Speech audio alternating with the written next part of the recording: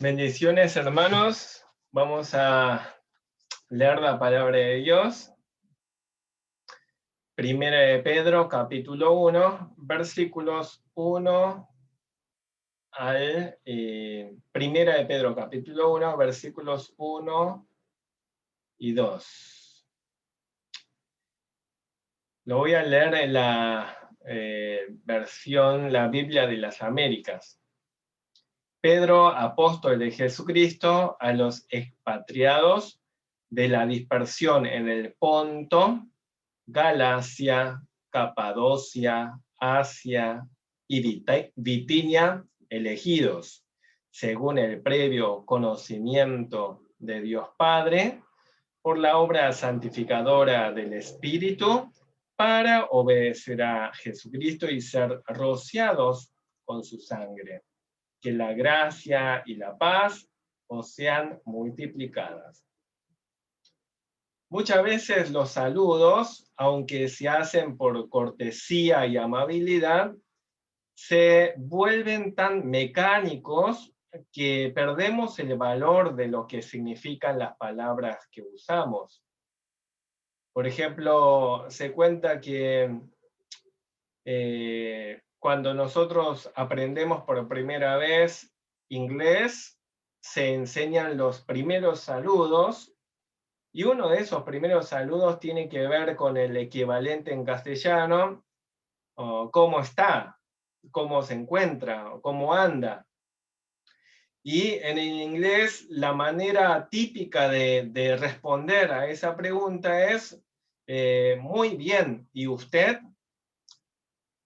Y resulta que una persona que recién había aprendido el inglés con estos saludos y la forma de responder, eh, lo había aprendido ya de una manera tan mecánica, automática, que cuando le preguntan cómo está, directamente responde, ¿no? Yo muy bien, ¿y usted?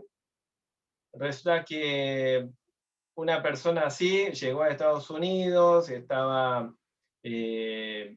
viajando en un auto y sufrió un accidente. Y estaba totalmente ensangrentado, roto, quebrado, y se acerca los bomberos, la policía y la gente para tratar de ayudarle, y le dicen, señor, ¿cómo está? Y este hombre dice, muy bien, ¿y usted?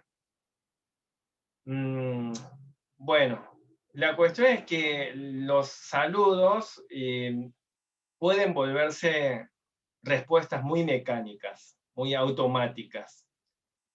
Cada pueblo tiene su forma de saludo típico. Los judíos, por ejemplo, dicen shalom, que significa básicamente paz, pero implica más que la paz. Incluye el bienestar, la bendición, la prosperidad, felicidad, etc.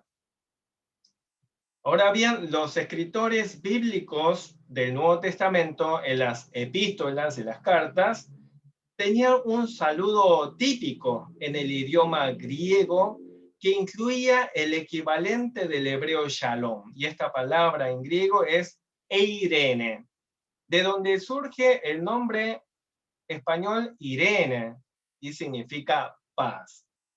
Pero podemos ver que no dicen solamente paz, sino siempre va acompañado con otra palabra. Dice gracia y paz. Como en el caso del texto bíblico de hoy, dice gracia y paz os sean multiplicados. Tenemos que entender que no puede haber verdadera paz sin la gracia de Dios. La gracia de Dios es ese favor no merecido, es el amor de Dios. Pero en el caso de la gracia especial para los elegidos en Cristo, se trata de la bendición espiritual de Dios, que nos hace saber cuánto nos ama en el Señor y nos capacita también para amarle. Sin la gracia especial de Dios, nadie podría arrepentirse de sus pecados Nadie podría creer en Jesucristo, nadie podría recibir la palabra de Dios con la disposición de obedecerle. La paz es la paz que experimentamos en nuestra conciencia de estar reconciliados con Dios por medio de Jesucristo. Como cristianos disfrutamos conscientemente de la gracia y paz de Dios cuando sabemos nuestros privilegios en el Evangelio y cuando vivimos según el propósito de Dios para nosotros. A través del pasaje bíblico, vemos cuántos privilegios tenemos en el Evangelio, los cristianos, y a qué somos llamados al recibir esta gracia de Dios. En primer lugar, disfrutemos de la gracia y la paz de Dios confiando en la autoridad de quien nos habla. Pedro, el apóstol de Jesucristo, es quien fue el instrumento humano para escribir esta epístola. Pero Pedro escribe con la autoridad de Jesucristo. Lo que él escribe no es, por lo tanto, palabra de hombre, sino que es la palabra misma de Dios comunicada por medio de él. Él está escribiendo por inspiración del Espíritu Santo. Pedro está escribiendo las palabras de Jesucristo inspirado por el Espíritu Santo. Nunca podemos contraponer las palabras de Jesucristo con las palabras de sus apóstoles, inspirados como si estuviesen diciendo cosas contrarias o distintas. Jesucristo mismo está hablando por medio de sus apóstoles inspirados. Cuando leemos las epístolas de los apóstoles o cualquier parte de la Biblia, sepamos que todo es palabra de Dios. Si creemos ver alguna contradicción o diferencia, debemos investigar más profundamente en oración, porque seguramente es porque hemos pasado por alto algo que nos hace pensar como cosas distintas.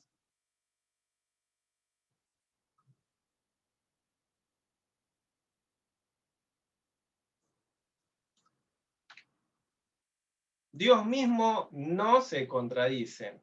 Al ser la palabra de Jesucristo, vamos a ver que el mensaje va dirigido tanto a los primeros destinatarios como a todos los verdaderos creyentes de todos los tiempos y todos los lugares. Entonces Jesucristo, por boca de Pedro, está dirigiéndose en primer lugar a los cristianos que estaban viviendo dispersos en las regiones al norte de Asia Menor, llamado Ponto, Galacia, Capadocia, Asia, Bitinia. Estas eran regiones del Asia Menor y actual Turquía. Muchos de estos creyentes seguramente escucharon el Evangelio en Pentecostés cuando visitaron Jerusalén. En aquel momento escucharon la predicación de Pedro y se convirtieron, pero también va dirigido a todos nosotros. En segundo lugar, disfrutemos de la gracia y paz sabiendo que el reino de los cielos es nuestro hogar.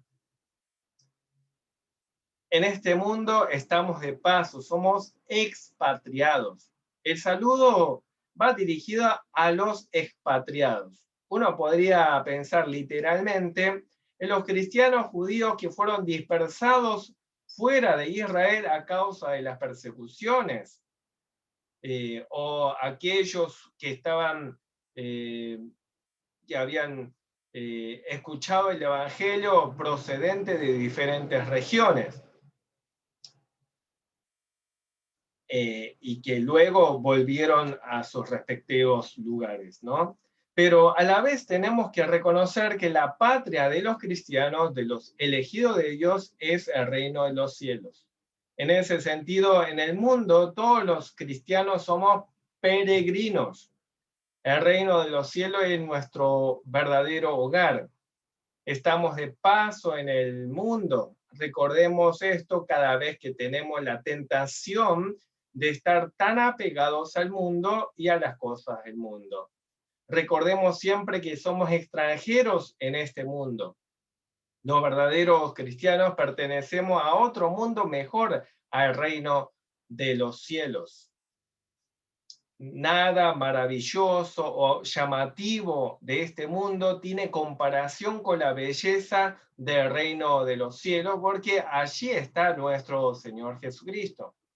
La palabra de Dios nos enseña que la muerte debe ser aterradora para los incrédulos, ya que los incrédulos irán al infierno.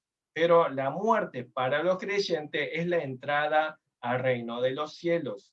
Es el paso para ver a Jesucristo cara a cara, lo cual es lo más deseable para los creyentes. Para que deseemos ver a Jesucristo cara a cara, tenemos que estar desde ahora deseando y disfrutando de la comunión con Jesucristo en su palabra y oración. Al mismo tiempo tenemos que hacer una aclaración. Si bien los cristianos en este mundo estamos de paso y nuestro hogar verdadero, definitivo, es el reino de los cielos, por lo tanto no tenemos que tener miedo de la muerte, sino vivir este mundo sin estar apegado a la cosa del mundo, tenemos un rol misionero en este mundo. No podemos desentendernos de nuestra responsabilidad cultural en este mundo. Y recordemos que todos los cristianos comprometidos supieron ver la diferencia entre estar apegado a las cosas del mundo y ser comprometidos en este mundo con el Evangelio. Y fue a través de los cristianos comprometidos que eran responsables en su manera de vivir en este mundo, que fueron fundados las primeras mejores universidades. La Universidad de Harvard, de Yale, Oxford, tienen orígenes cristianos, fueron establecidos por cristianos. Fueron los cristianos misioneros quienes llevaron a los países del tercer mundo, como lo era Corea, que vivían en miseria, fueron los misioneros cristianos quienes pusieron las primeras escuelas, las primeras universidades, los primeros hospitales. Realmente los cristianos, si bien sabemos que nuestro hogar es el cielo, no nos desentendemos del compromiso cultural que tenemos en este mundo. Fueron los cristianos pensadores que han desarrollado, por ejemplo, aportes para la medicina, para la ciencia, para la democracia. Bueno, tercer lugar, disfrutemos de la gracia y la paz de Dios, sabiendo que fuimos elegidos por Dios. Los cristianos, además de ser expatriados en este mundo, somos los elegidos de Dios. Somos elegidos por Dios Padre antes de la fundación del mundo, no por nuestros méritos ni por nuestra fe, sino que somos elegidos por Dios según la propia soberanía y misericordia de Dios. Dice el texto, según el previo conocimiento de Dios Padre. Dios nos conoció de antemano porque Él nos predestinó. No nos eligió previendo que habríamos de creer en Él, sino que creemos porque Él nos eligió y Dios nos amó de antemano. Según su presciencia, también puede decirse según su previo amor, es decir, es un amor especial que Dios tiene hacia sus elegidos. En cuarto lugar, disfrutemos de la gracia y paz de Dios sabiendo que somos santificados por el Espíritu Santo. Dios Padre nos eligió en su amor eterno antes de la fundación del mundo y el Espíritu Santo nos santificó para que podamos presentarnos delante de Dios aceptablemente, Si el Espíritu Santo no nos santifica, no podemos estar en la presencia de Dios. Así de pecadores, sin ser purificados, sin ser santificados, nadie puede estar en la presencia de Dios. Por lo tanto, es requisito indispensable la obra santificadora del Espíritu Santo. La santificación del Espíritu Santo hace que de pecadores pasemos a ser los purificados de Dios. Y esta obra santificadora del Espíritu Santo no es un acto de una sola vez, sino que es una obra continua. Tampoco es una obra que nos hace totalmente pasivos, sino que nos involucra activamente a obedecer la palabra de Dios.